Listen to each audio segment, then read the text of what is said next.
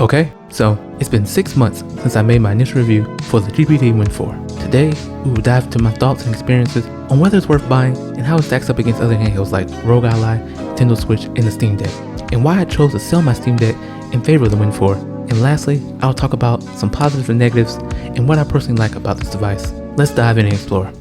This is the Unboxing Gadget. Let's get it. Alright, so why did I choose the Win 4? And I have to say, the looks. Man, it looks good. I still think the Win 4 is one of the best looking handhelds on the market. It's like that perfect mix between the Vita and the Steam Deck. It's also one of the few devices on the market with a keyboard, which really makes it stand out across the competition in my opinion. And included with the Win 4 is that motion assistant app. Now granted, it's nothing like the Rogue Ally app or even the Steam Deck, but it does have those key features that help, make the Win 4 just a little bit better. Alright, so we talked about the looks. Now let's talk about the price. Now granted, the Win 4 is not cheap. It definitely is one of the higher end of handhelds as far as price goes. Depending on how you spec it, it can reach upwards of $1,200, $1,500. But considering what you get, I think it's a good deal. I ended up with the base model, the 764U 16GB model, and honestly in my opinion it has performed great. Granted, I could have beefed it up, got 2 terabytes, got a little bit higher CPU, but even with the base model, I think the Win 4 actually performs pretty good. Now, one of my favorite things to do on this device is emulation.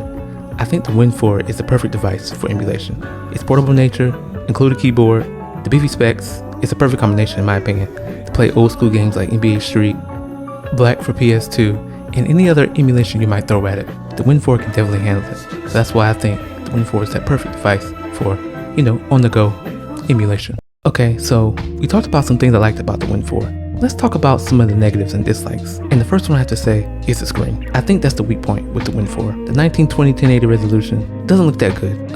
Outdoors, it's really not good. It's washed out. It doesn't have that clarity. If they would have included the OLED screen with this, but the included LCD screen, it's not that great. And the refresh rate maxes 60 Hz. It's fine. It gets the job done, but it's definitely no Rogue Ally with that 120. So if I had to pick a screen in the comparison of this versus other handhelds, I'm still going to go with the Rogue Ally because I think that has the best screen. And another note, the Win 4 gets hot. For some reason, it gets hot on the right side. When I'm playing for long periods of time, it's like a heat leak on the right side of the Win 4, and where your palm rests, it can get pretty hot. The weird thing is I have no issues in the middle and on the left side, but it's only on the right side. I read some forums and they said they kind of had the same issue. Some have said, you can solve the issue by adding a thermal pad or paste to help with the cooling. But in my opinion, you shouldn't need to do all that with this pretty expensive device. It should just come out the box, without your hand getting hot from playing it. So there's that. Okay, third thing, battery life. Now granted, all the handhelds so far have pretty bad battery life, if you want to be honest. The Win 4, they say you can get 2 hours of heavy use, 3 to 4 moderate use. And they're kind of right. It doesn't get much more than that. Granted, I tested this with the Steam Deck and Rogue Ally, and they're honestly about the same. The Steam Deck probably has the best battery life. However, there are some perks to the Win 4. You do have 2 ports. You have the USB-C and a USB 4 port, so you can charge from both ends. But after modifying the motion assistant app and disabling the CPU boost, it does help a little bit. And there are some other specs online that you can do to help the battery life, but battery life, not so great. Okay, so the third issue is Windows. And Windows with this device is very iffy. Some days it works, some days it doesn't. Some days it's slow to load, some days it's fast. I can't quite figure out why it's so inconsistent on the Win 4, but it's just inconsistent. And honestly, I don't know why they didn't include quick resume with these handhelds. I think Windows could have really benefited by making handheld devices include or come with quick resume. I think that would really help, the gaming flow with devices like this. And lastly, I want to talk about the game startup speed. Some days it takes 30 minutes to start up a AAA game, and some days it takes a few minutes. So Windows is very inconsistent when it comes to loading games, but it seems to be our only option with some of these handhelds.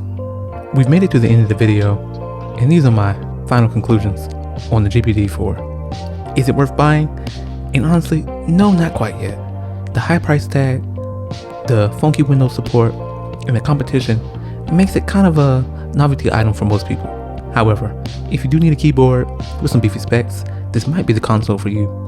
Can it do everything other handhelds can do? Yes. But for the price, you can still grab you a Steam Deck or Rogue Ally just for a little bit less, and you can have just as much fun playing AAA games or some of your favorite emulation ports. Now lastly, if GPD decides to include an OLED screen, work on the Windows smoothness, and slightly lowers the price, I think this device will be the go-to device for all handhelds in the near future. Either way, hope you guys enjoyed watching. This was the Unboxing Gadget. I'll catch you next time. Peace.